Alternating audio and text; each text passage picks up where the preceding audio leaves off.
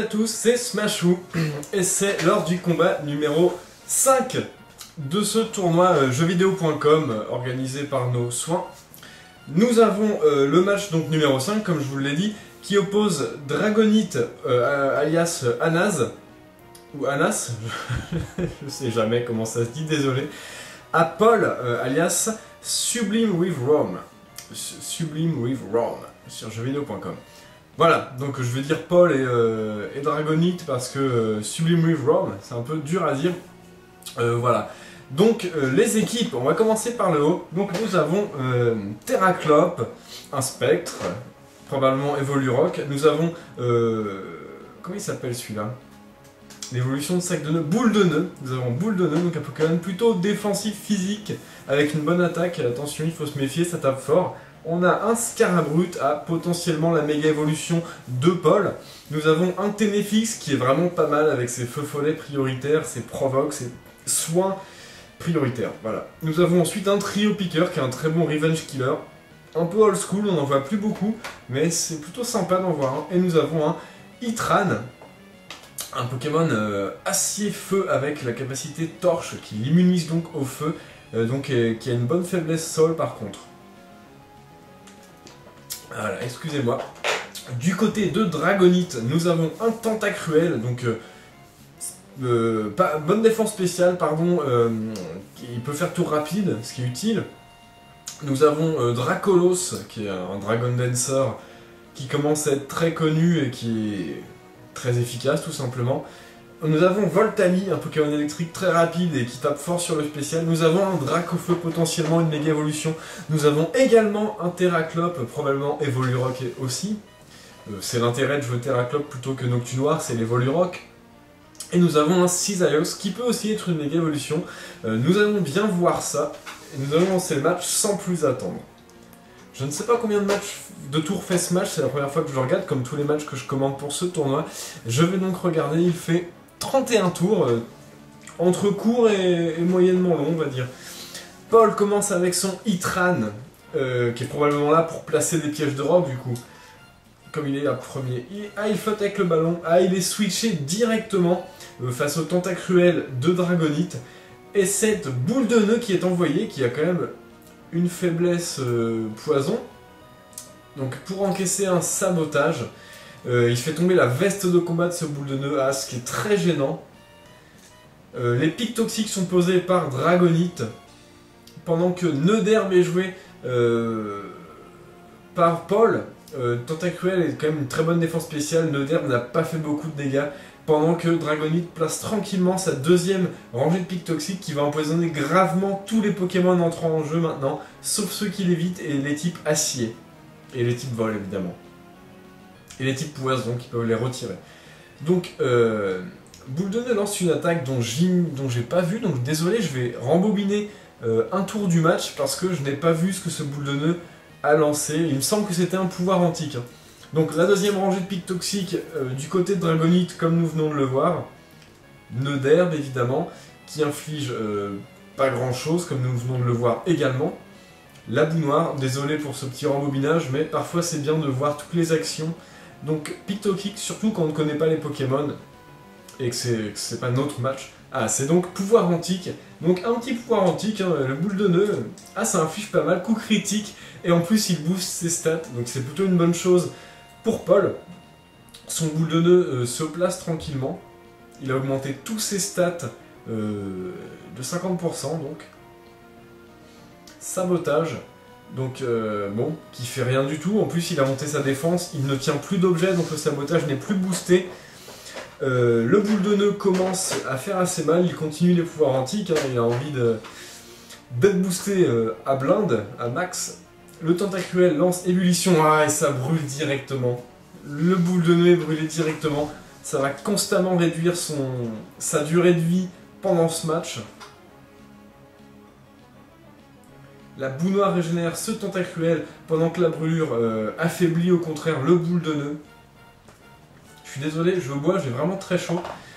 C'est un Cisaillux qui est envoyé par Shiny par Dragonite pour encaisser cette giga sangsue lancée par le boule de nœud de Paul.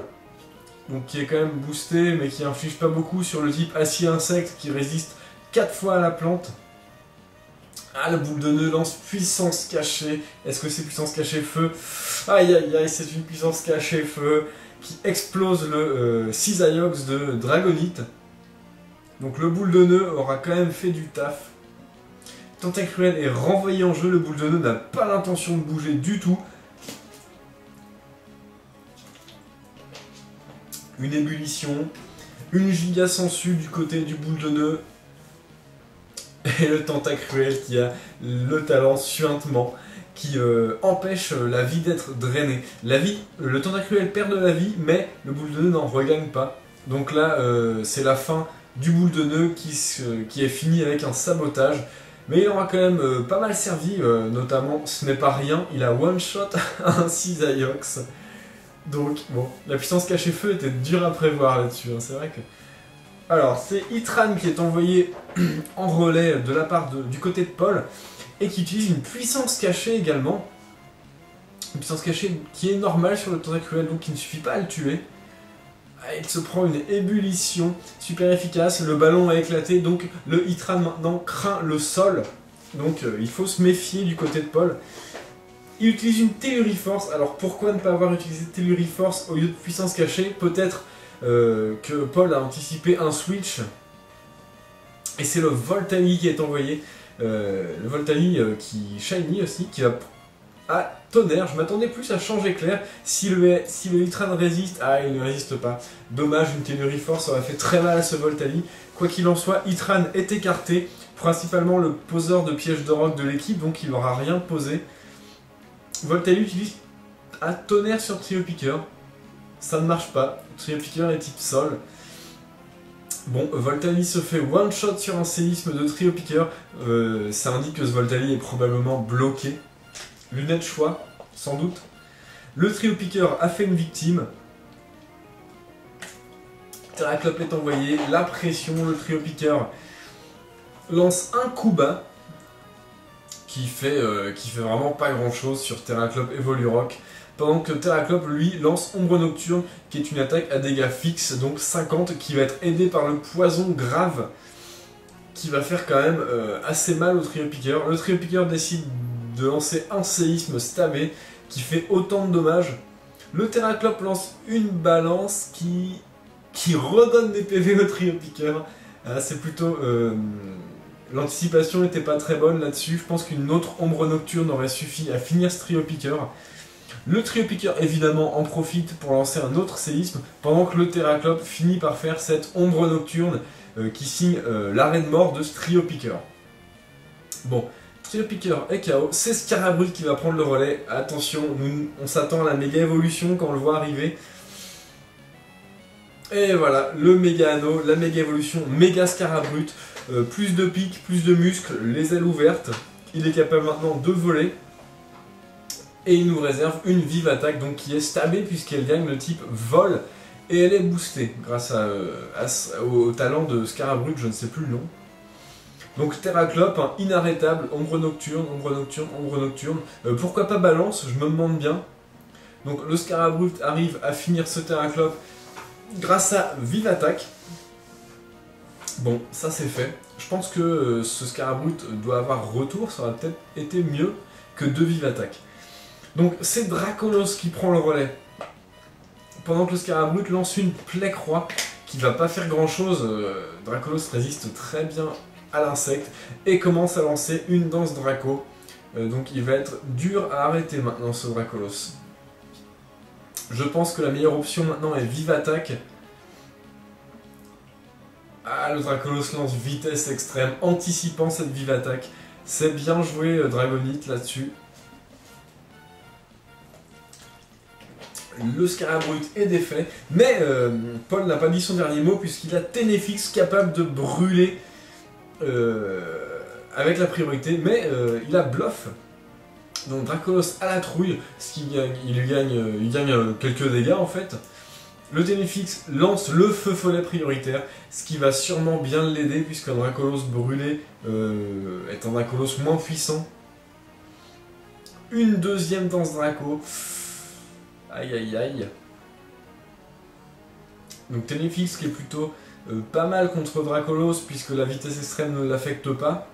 Et en plus il peut le brûler avant même que le Dracolos puisse lancer la moindre attaque. Donc le Dracolos souffre de sa brûlure. Pendant que Ténéfix utilise Provoque pour empêcher tout simplement le Dracolos de danser. Mais c'est une Dracogriffe que Dragonite avait choisie, qui va faire quand même de bons dégâts malgré la brûlure.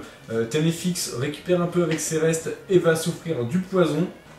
Dragonite, Dracolos, donc Dragonite, va souffrir de la brûlure. Le Ténéfix a aussi accès à soins, voilà, en prioritaire, grâce à son talent farceur, qui va bien l'aider à staller le Dracolos. Malheureusement, il est quand même empoisonné gravement ce Ténéfix, donc il va pas faire long feu.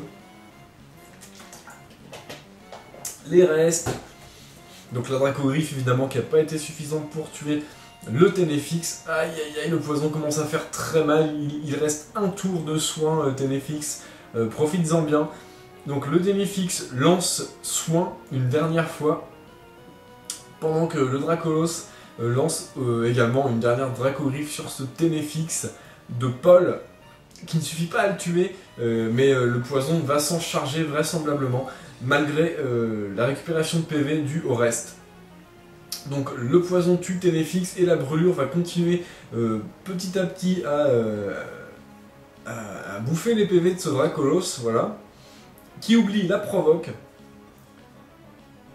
Et c'est Terraclope qui est envoyé, donc qui est aussi empoisonné gravement. Décidément, les pics toxiques font vraiment le taf. Ombre portée, pour essayer d'infliger un peu de dégâts à ce Dracolos. La brûlure pourra peut-être le tuer. Aïe, dans ce Draco, Dragonite peut-être un peu trop gourmand sur ce coup. Pourquoi ne pas infliger de dégâts? Parce que là, bon, dans ce Draco, plus la brûlure, même si le Dracolos ne meurt pas, le Terraclope aura l'avantage grâce à Ombre portée, puisque vitesse extrême n'est pas possible, il est spectre. Donc le Dracolos est enfin défait sans trop de casse, franchement. Donc le Terraclope souffre quand même du poison grave, ce qui est assez embêtant. Et c'est Dracofeu qui arrive décidément, il y a beaucoup d'évocations au dragon dans cette team. Donc méga évolution, voilà celle de Dragonite, c'est le méga Dracofeu Y qui amène le soleil en jeu et qui va se charger de frapper le Terraclope avec un lance-flamme qui n'est pas suffisant. Et le Terraclope, bien joué, lance une balance sur le Dracofeu pour l'affaiblir. C'est très bien joué. Il souffre du poison, mais est quand même peut-être apte à survivre un autre coup de ce Dracolos, de Dracofeu pardon, qui lance un lance-flamme. Le Terraclope résiste et il lance une deuxième balance. Aïe aïe aïe, c'est terrible. Ce Terraclope aura infligé 3/4 des PV au Dracolos, ce qui est plutôt pas mal. Il souffre du poison et il ne pourra pas survivre un dernier coup. Il lance Ombre portée pour essayer de finir son adversaire. Est-ce que ça va suffire? Ah, ça ne suffit pas, il reste 20 PV à ce Dracolos, à ce Dracofeu, pardon, qui finit Terraclope grâce à un lance-flamme stabé plus soleil, voilà. Et Paul perd là-dessus. Ah, c'était un très beau match, très très beau match. Donc Dragonite, alors il restait qui à Dragonite?